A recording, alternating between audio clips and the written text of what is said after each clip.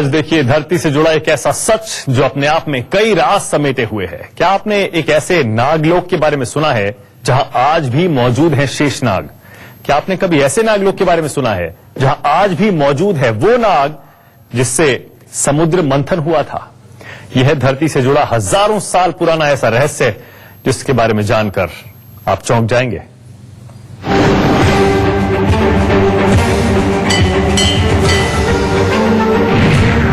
वो जगह जहां आज भी दफन है लाखों साल पुराना राज। वो जगह जहां आज भी मिलते हैं लाखों साल पुराने सबूत। वो रहस्य सृष्टि की रचना से जुड़ा हुआ है। वो राज धरती की उत्पत्ति से जुड़ा हुआ है। जहां आज भी मौजूद है भगवान विष्णु की शैया।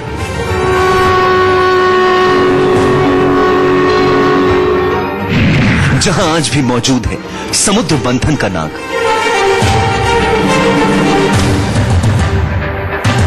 आज आप अपनी आंखों पर यकीन नहीं करेंगे, पर लाखों साल पुराना वो राज आज भी धरती के नीचे दफन है। सदियों पहले के वो सबूत आज भी मौजूद हैं। एक एक रहस्य हैरान करने वाला है। 90 फीट गहरी एक गुफा ने हर राज से पर्दा हटा दिया है। न्यूज 24 ने खोज निकाली है वो जगह जहां लाखों साल पहले धरती के सभी नागों को अग्नि के हवाले कर दिया गया था। आज आप लाखों साल पहले के रहस्य के गवाह बनेंगे, क्योंकि मिल गया है नागलोक। अब जो हम आपको दिखाने वाले हैं वो कोई सामान्य चीज नहीं है, बल्कि लाखों साल से गुफा में मौजूद भगवान विष्णु का शेषनाग है। ये एक ऐसा रहस्य है जो सदियों से गुफा में दफन था, लेकिन अब बाहर आ गया है। न्यूज 24 रिपोर्टर वरुण सिन्हा ने बड़ी ही मुश्किल से इस गुफा में प्रवेश किया और आप तक लाए हैं शेषनाग की तस्वीरें। दिखते हैं शेषनाग के नुकीले दांत। आज भी दिखती है शेषनाग की विष ग्रंथि। आज भी दिखती है शेषनाग की रीढ़ की हड्डी।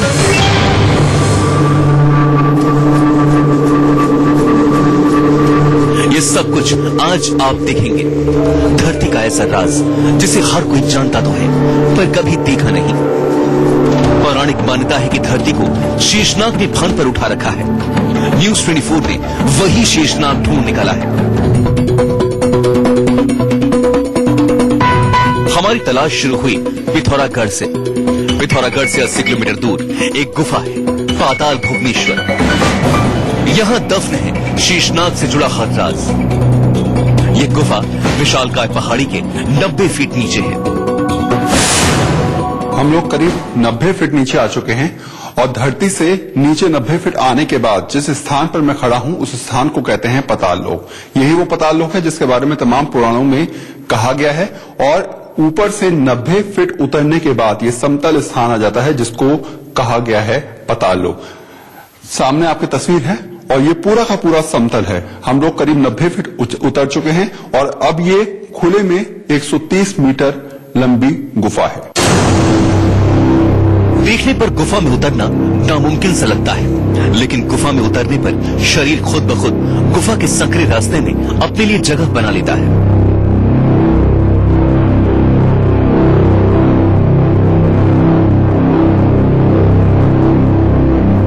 गुफा में पहुंचने पर एक अलग ही अनुभूति होती है, जैसे कि आप किसी काल्पनिक लोक में पहुंच गए हों। गुफा में उतरते ही सबसे पहले गुफा की बाईं तरफ शेषनाग की एक विशाल आकृति दिखाई देती है, जिसके ऊपर विशालकाय अर्धगोलाकार चट्टान है, जिसके बारे में कहा जाता है कि शेषनाग ने इसी जगह पर पृथ्वी को अपने फन पर धारण किया है। नीलम जी, सबसे पहली चीज क्या है? ये क्या है? ये जो आप देख रहे हैं साहब, ये शेषनाग का फन है। एक ऐसे है जैसे विष्णु सैया के ऊपर होता है।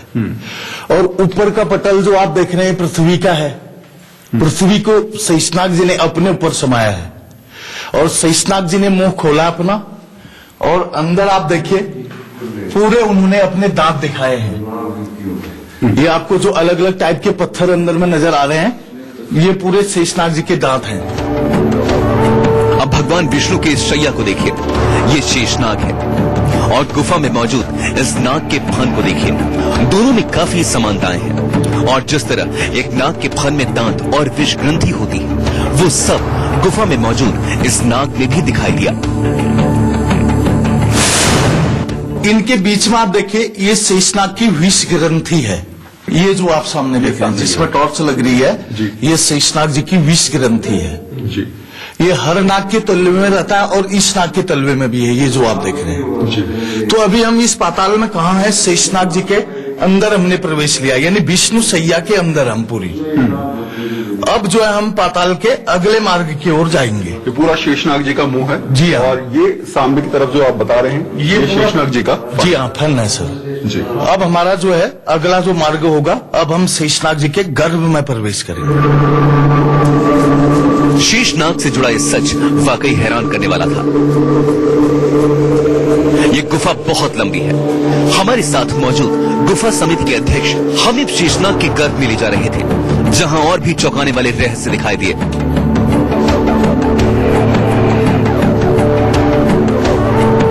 जमीन पर प्राकृतिक रूप से बने इस निशान को देखिए। मान्यता है ये शेषनाग की रीढ़ की हड्डी है। ये जो आप देख रहे हैं सर, ये शेषनाग की रीढ़ की हड्डियां हैं जमीन में, जी। क्योंकि पूरी पाताल को शेषनाग ने अपने ऊपर समाया है। तो आगे जो है वो उनका फन है। वो फन है और जहां से हमने प्रवेश किया, ये उनकी रीढ़ है जिसके ऊपर हम चल रहे हैं। जी। ये आप देखिए, जमीन में पूरा रीढ़ का इसका वो है, और जबकि ये पूरा मिट्टी में है बना हुआ, जी बिल्कुल। लेकिन नेचुरल होने की वजह से जिंदा है अभी तक। धरती पर कहीं और शेषनाग के प्रमाण नहीं मिलते। ये ऐसा सच है जिस पर यकीन करना बहुत मुश्किल है। यहाँ शेषनाग का शरीर दिखता है बिल्कुल सर्प की तरह।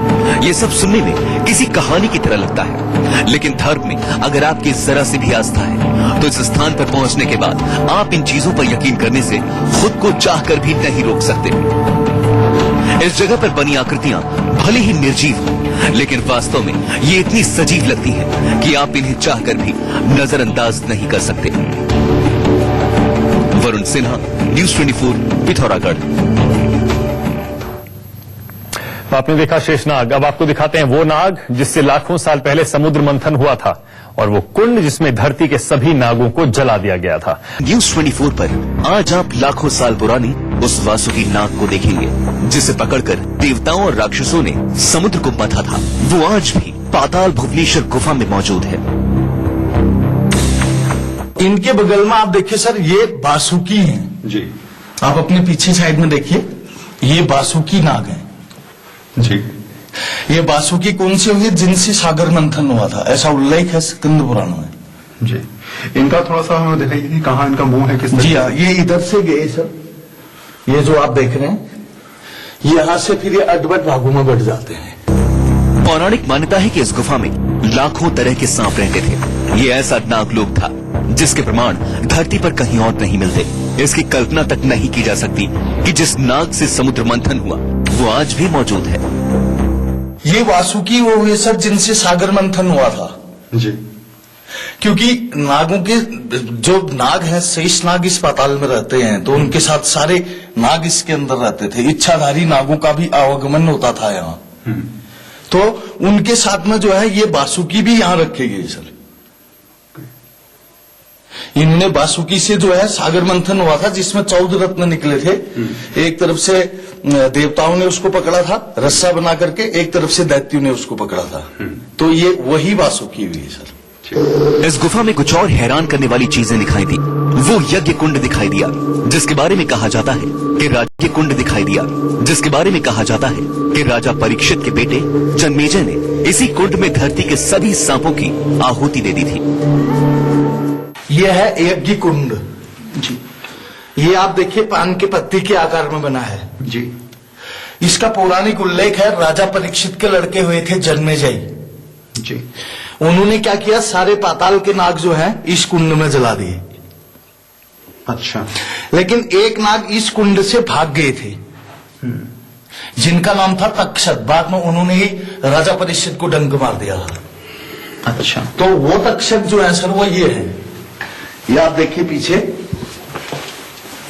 यहां से गए और यहां से इन्होंने टर्न लिया और ये इनकी जीवा है सर, जो सांप रेगनी में निकालता है। इस गुफा में दिखाई दिया तक्षक नाम का वो नाग जिसने राजा परीक्षित को डसा था। इस कुंड और तक्षक नाग को लेकर आखिर क्या पौराणिक मान्यता है, सुनिए। इसका ऐसा जिक्र है सर, ये जो तक्षक थे, क्योंकि यज्ञ तो इनको मारने के लिए हुआ था, क्योंकि उनके लड़के ने सोचा कि अगर हम दुनिया के सारे नागों को जला देंगे तो कौन सा नाग उनको मार पाएगा। तो ये क्या हुआ, इंद्र के शासन में छिप गए। अब जैसे ही नागों की आहुति होने लगी तो ये जो है जब शासन में छिपे तो वहां से ये आम की पेटी के अंदर घुस गए। तो राजा ने समझा अब सब चीज तो कंप्लीट हो चुका है, अब ये लास्ट में आम की पेटी भेंट की जाए, तो वहीं से इन्होंने डंक मार दिया तक्षक ने। ये ऐसे बच निकले सर उससे, क्योंकि इनको तो वरदान था भगवान का।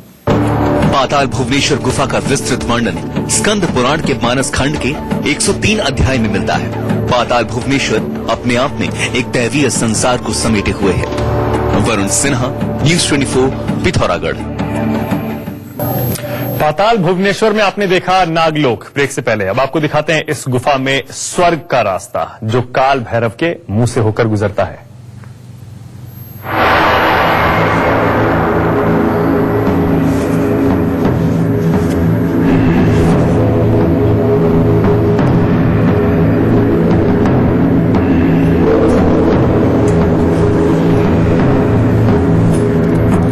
पाताल भुवनेश्वर गुफा रहस्य से भरी, पाताल भुवनेश्वर गुफा रहस्य से भरी हुई है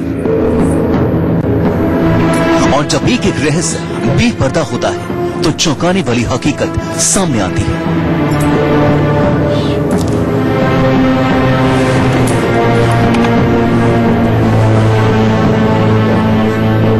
अब पत्थर के इस आकार को देखिए।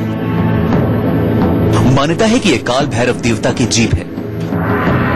वो काल भैरव जिन्हें मृत्यु और भय का देवता कहा जाता है।